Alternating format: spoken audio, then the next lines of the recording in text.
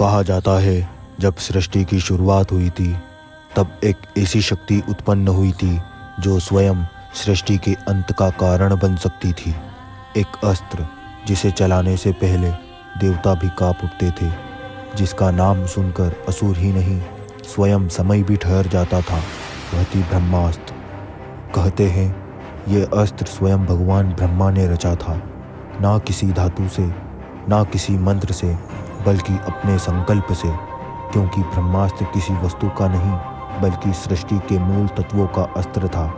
महाभारत के युद्ध में जब अग्निदेव के पुत्र अश्वत्थामा ने इसे चलाया तो पूरा आकाश जल उठा था, धरती हिल गई थी, समुद्र उफान पड़े थे और देवताओं ने भय से अपने नेत्र बंद कर लिए थे। ब्रह्मास्त्र को चलाना आसान नहीं था। इसे चलाने वाला साधक वर्षों की तपस्या के बाद ही उस दिव्य शक्ति को धारण करने योग्य बनता था, क्योंकि जो इसे चला देता वह स्वयं भी इसके प्रकोप से बच नहीं पाता था। कहा जाता है यदि ब्रह्मास्त्र का प्रयोग बार बार हो तो संपूर्ण पृथ्वी की संतुलन शक्ति नष्ट हो सकती है। वायु, अग्नि, जल, आकाश सब असंतुलित हो जाएंगे और सृष्टि का विनाश एक क्षण में संभव हो जाएगा।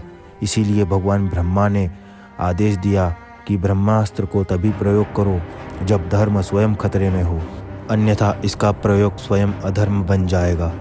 आज भी कहा जाता है कि ब्रह्मास्त्र पृथ्वी पर कहीं न कहीं छुपा हुआ है।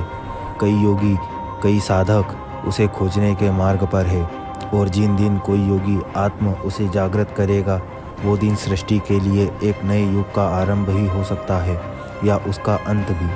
ब्रह्मास्त्र सृष्टि का आरंभ और अंत दोनों, वो शक्ति जो भगवान की इच्छा का रूप है और शायद जिसे समझना मनुष्य के बस की बात नहीं, क्योंकि कुछ रहस्य केवल देवताओं के लिए ही होते हैं।